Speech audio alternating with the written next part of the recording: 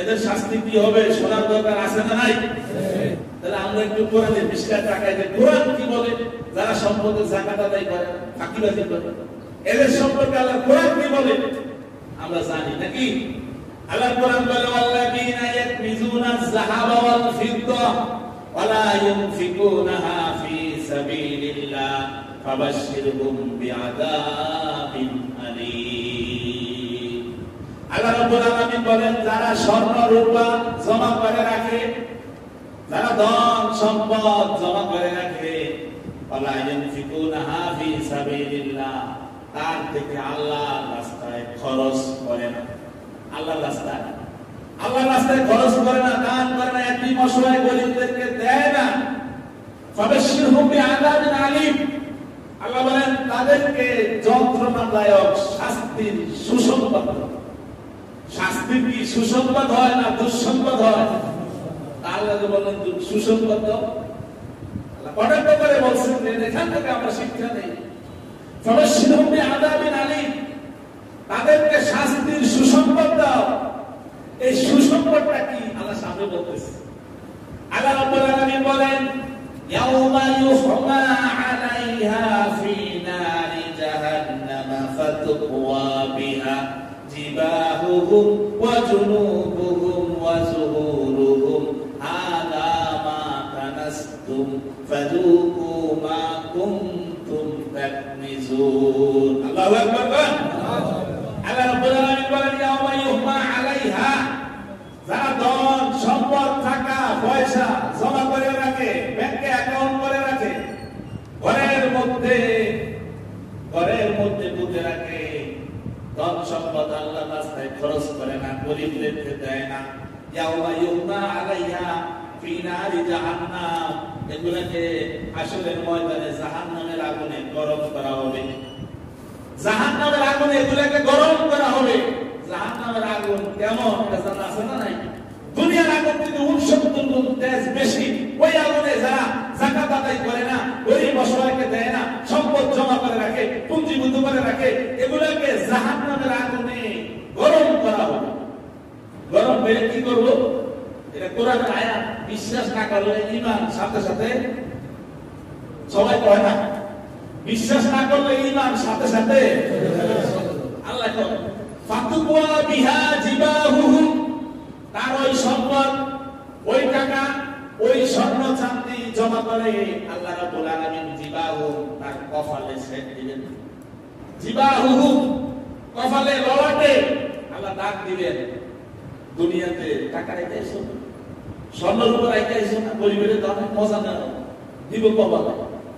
ওই সেটটা কেমন হবে? দুনিয়ার আগুনে গরম করে না, ওইটাকে জাহান্নামের আগুনে গরম করছে। জিবাহুহুম, শুধু কপালে না, ওয়া জুনুবুহুম, তাদের এই পাঁজরে গ্রাম্য ভাষায় ভাষায় বলা হয় যাইও এখানে সেট দিবে। এই যে এখানে গরম বস্তু আছে এটা বলছে ওয়া জুনুবুহুম ওয়া যুহুরুহুম, পিঠে, এই পিঠে সেট দিবে। তাহলে ললাটে সেট দিবে, পাঁজরে সেট দিবে, আর কোথায় দিবে? ওয়া যুহুরুহুম, পিঠে সেট দিবে। আর আল্লাহ কি বলবেন? শুধু সেট দিবে না, সেট দিবে আর বলবে হাযা মা কানাসতুম লিআনফুসিকুম, এটা হলো তোমাদের ওই সম্পদ যেটা দুনিয়াতে জমা করে রাখছো, পঞ্জীভূত করে রাখছো, ব্যাংকে অ্যাকাউন্ট করে রাখছো। আমার গরিব অসহায়, আমার অসহায় গরিব বান্দাদের জন্য বের হয় নাই। ফাযুকু, এবার মজা নাও।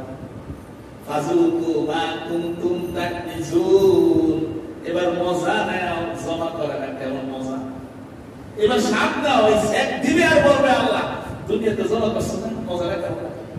দুনিয়াতে ব্যাংকে নাম্বার রাখছো না, মজাটা কেমন লাগে? দুনিয়াতে ঘরের মধ্যে কোমরে রাখছো না, মাটির নিচে পুঁতে রাখছো না, এবার সাপ নাও, মজাটা কেমন লাগে?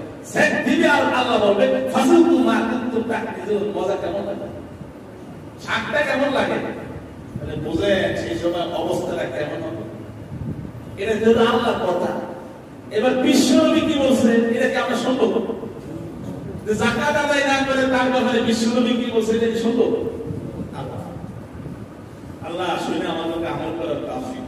আমিন। আল্লাহ নবী বলেন মান আতাহুল্লাহু মালান, আল্লাহ আল্লাহ যারা ধন সম্পদের মালিক বানিয়েছেন, মাল দিয়েছেন, ফালামিউতি যাকাতাহু, সে তার সম্পদের যাকাত আদায় করে নাই, সম্পদের যাকাত আদায় করে নাই।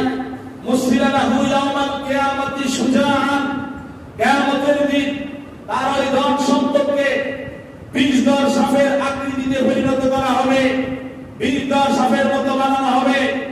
মুসফিলাহু ইয়াউমাল কিয়ামতি সুজাআন, এটা এমন বিষধর হবে, দেখবেন যে সাপের বিষ বেশি, ওই সাপের মাথায় কোনো চুল থাকে না।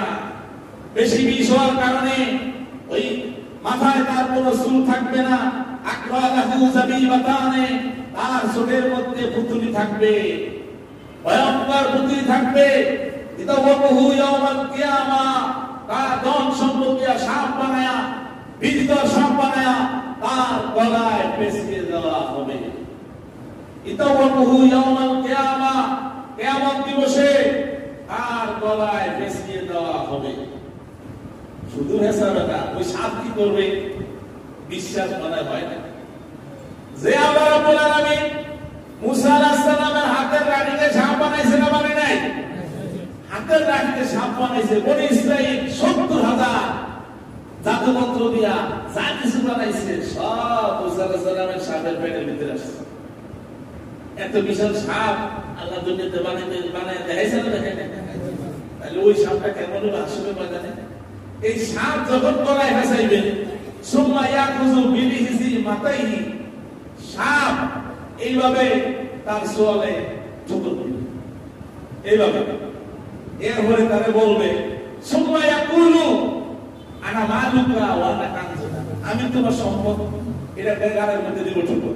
আবার বলবে আমি তোমার ধন সম্পদ, আমি তোমার টাকা, আমি তোমার স্বর্ণ, আমি তোমার শান্তি। এইভাবে তার সোয়ালে ধ্বংসন করতেই থাকবে। সুম্মা ইয়াকুযু বিলিহিজি মাতাইহি সুম্মা ইয়াকুলু আনা মালুকা ওয়া আনা কানজুকা, আমি তোমার মাল, আমি তোমার সম্পদ, আমি তোমার ব্যাংকের টাকা, আমি তোমার দোকানের টাকা, আমি তোমার গুপ্ত ধন।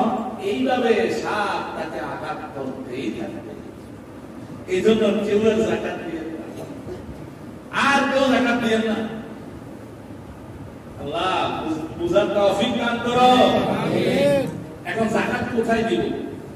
যাকাত 8টা খাত আছে। কয়টা খাত?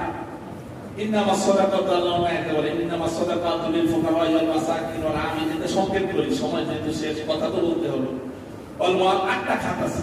8টা খাতের মধ্যে একটা খাত আছে আল্লাহ বলেন উসিরু ফি সাবিলিল্লাহ, যারা আল্লাহর রাস্তায় দ্বীন শিক্ষার জন্য ব্যস্ত, আল্লাহর রাস্তায় দ্বীন শিক্ষার জন্য ব্যস্ত থাকার কারণে মানুষের কাছে কাছে যাইতে পারে না, মানুষের কাছে কাছে চাইতে পারে না, কোরআন শিখে, হাদিস শিখে, ইসলাম শিখে, এদেরকে দান করলে আল্লাহ বলেন এই দান হলো সবচাইতে উত্তম দান।